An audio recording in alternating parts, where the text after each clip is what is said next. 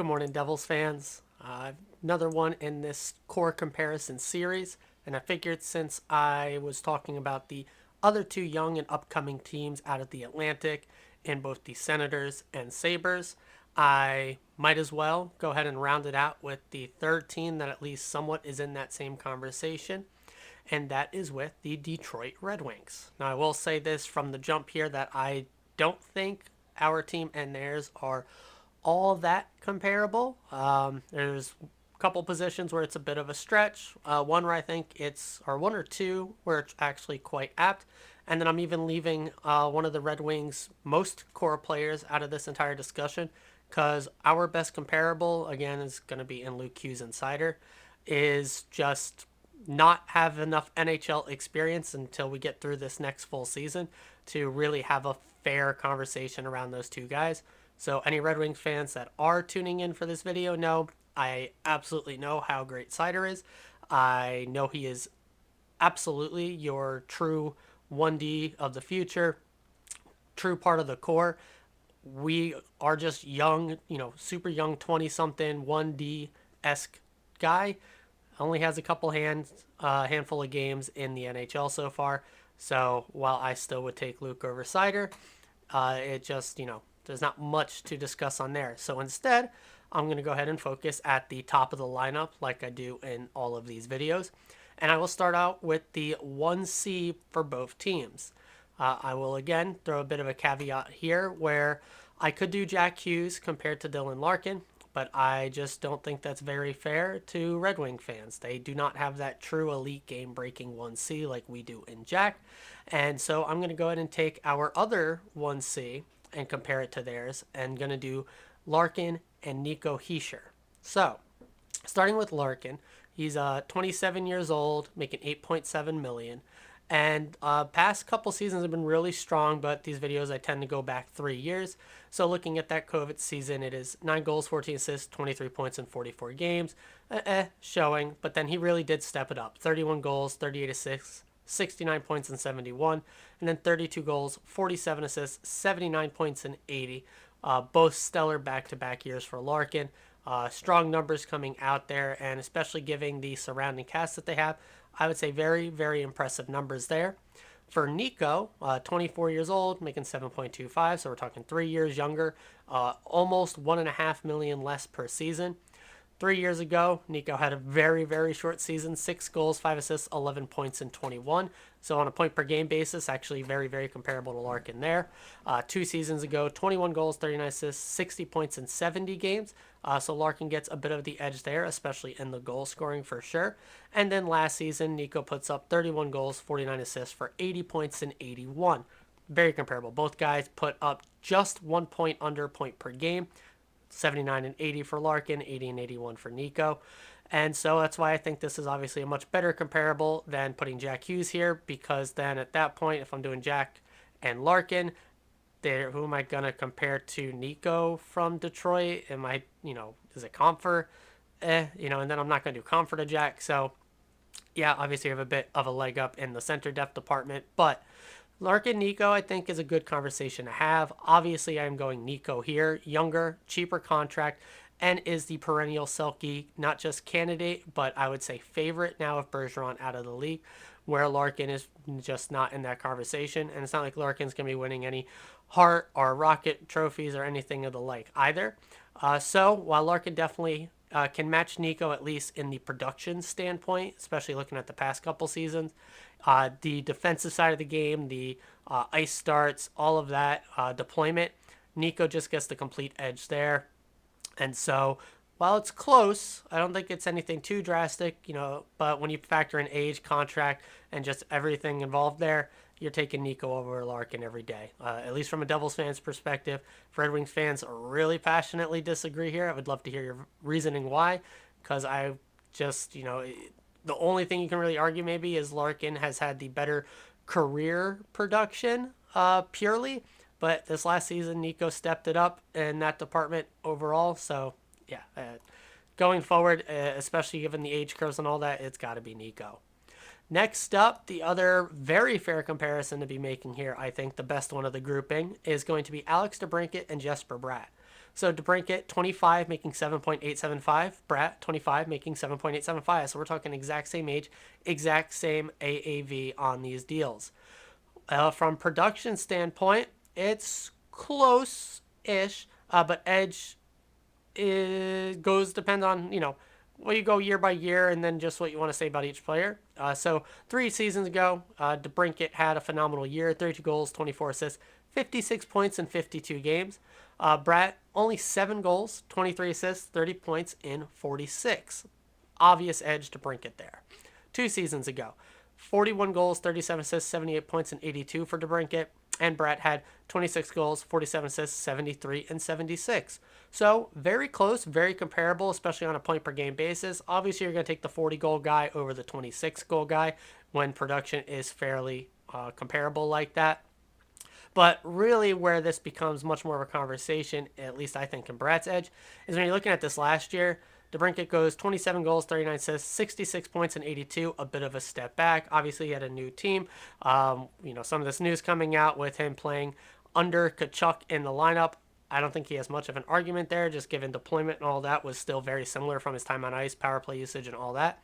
But anywho, Bratt, 32 goals, 41 assists, 73 points in 82. So more goals, more assists, more production last year. So where I'm going to say I do still take Bratt over DeBrincat, even though I would absolutely hear and wouldn't give too much pushback on anybody saying DeBrincat over Bratt here. When you're talking a guy who has scored 40 versus a guy who has not. DeBrincat is just a much more consistent goal scorer than Bratt is for sure. I think Bratt has just had the better trajectory, where DeBrincat took a major step back, and I think has been shown that if he is not with a major playmaker a la Kane, his production is going to dip, where Bratt can do it and has done it on his own, even though, obviously, given our team, he's not going to have to do that. He is always going to be with a stud center. So if Red Wings fans want to argue, hey, Bratt is always playing with Nico or Jack, and that's why his numbers are looking as good as they do, where DeBrincat, even without that caliber of center playing in his time over at the Senators, still put up a fairly solid season, I'd say. 27 goals, 66 points. I'm here to hear it. I have no issues with any of that. If you ask me to DeBrincat or Bratt as is right now, I'm going to take Bratt just because of the longer term guarantee there on him through his career. DeBrincat's deal is still fantastic. I would love to have him on this team as well, the bona fide goal scorer. Obviously, I could have went with Timo Meier here for another 40-goal scorer comparison, but just age and contract, it was way too easy to just go with Bratt DeBrincat here, and I think it was the much more apt comparison of the two. So if I want to give benefit of the doubt here, I will say DeBrincat over Bratt for Red Wings fans, because from this point on, it gets a little bit ugly as far as the rest of the comparisons go. Next up, it's a rough one, but it's the best I had because, like I said from the top, Red Wings, for their defenseman, they have Seider, but he is still super young and on his ELC. Our super young stud ELC defenseman, Luke Hughes, doesn't have the games for comparison, so I'm going to go with the top guys after that, and that is Ben Sherratt and Dougie Hamilton. Sherratt, 32, Dougie, 30. Sherratt making almost half as much as Dougie at 4.75 to Dougie's 9. Now, obviously, we're talking about two very different types of players here. 3 seasons ago, 1 goal, 6 assists, 7 points, and 41 for Sherratt. 10 goals, 32 assists, 42 points, and 55 for Dougie. 2 seasons, 9 goals, 17 assists, 26 points, and 74 for Sherratt to Dougie's 9 goals, 20 assists, 30, and 62. Bit more comparable there. Dougie still had the more points in less games, but comparable.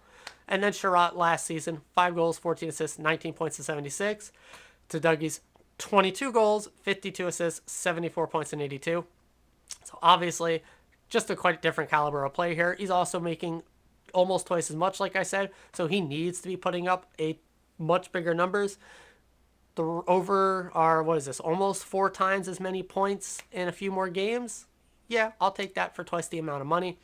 Sherratt is fine. I mean, it's at 4.75. You can't be too upset with it. He's 32. He's only got a few more years on it. So, they will get out from under that contract right when Seider is really, truly hitting his stride. So that, as far as contract management goes, it's good for them there. Dougie still has quite a few years left on his contract at 9. And agent curves will say he should start trending down. I've said it before. I think his Player style, player type is very unique in the league, and the few examples that there are actually all age quite well in like Burns and Hedman. So I do hope Dougie stays on that type of trajectory. But yeah, I mean everyone's taking Dougie over Sherrod here. There's no questions to be asked. He is younger. The contract's obviously much bigger, but he is well worth that $9 million figure at least as of last season. So yeah, not much more to say there. I think that was pretty clear cut. Now, I did want to throw these two guys in it because I think it's another actually fair comparison between the two teams, and that's going to be Lucas Raymond and Dawson Mercer, both 21, both going into the last year of their ELCs. I mostly tried to avoid ELCs in these score conversations, and I know I'm even, leaving out a couple other major pieces. Like for us, I didn't talk about Timo at all, but this one I think is actually a good conversation to have. So Lucas Raymond last season. No, 2 seasons ago, 23 goals, 34 assists, 57 points, and 82. A phenomenal year for him. To Dawson's 17 goals, 25 assists, 42 points, and 82. Last season, Raymond with a slight step back, 17 goals, 28 assists, 45 points, and 74. To Mercer taking a step forward, 27 goals, 29 assists, 56 points, and 82. So basically, they kind of inversed each other. Dawson having 56 and 82 to Raymond's 57 and 82 of 2 years ago. And then Mercer, his rookie year, 42 and 82 to Raymond's 45 and 74 last year's. So I think it's close. You're talking about guys that are probably mostly going to stay on the wing. Raymond is absolutely a winger, where Mercer can play center. So Mercer gets a slight edge there for just having that flexibility in his game. And Raymond took the step back in his sophomore year, which is not rare to see, in these young guys. Sophomore year slumps, obviously, where Mercer took a big step forward, adding 10 goals onto his career season for him. And so, yeah, I mean, I'm going Mercer here. You're talking the guy that can flex over to center, the guy who took a step forward, not step back. Again, I think it's actually really close. I really do like Raymond, and Raymond and Sider are absolutely the future there in Detroit. But Mercer just, it's that just difference of taking a step back versus taking a step forward and a slight positional advantage, even if right now both are playing wing. But again, if I want to give benefit of the doubt, I can throw Red Wings a bone here, but you take the whole roster into consideration, Jack, Timo, there is no comparables in Detroit for those guys.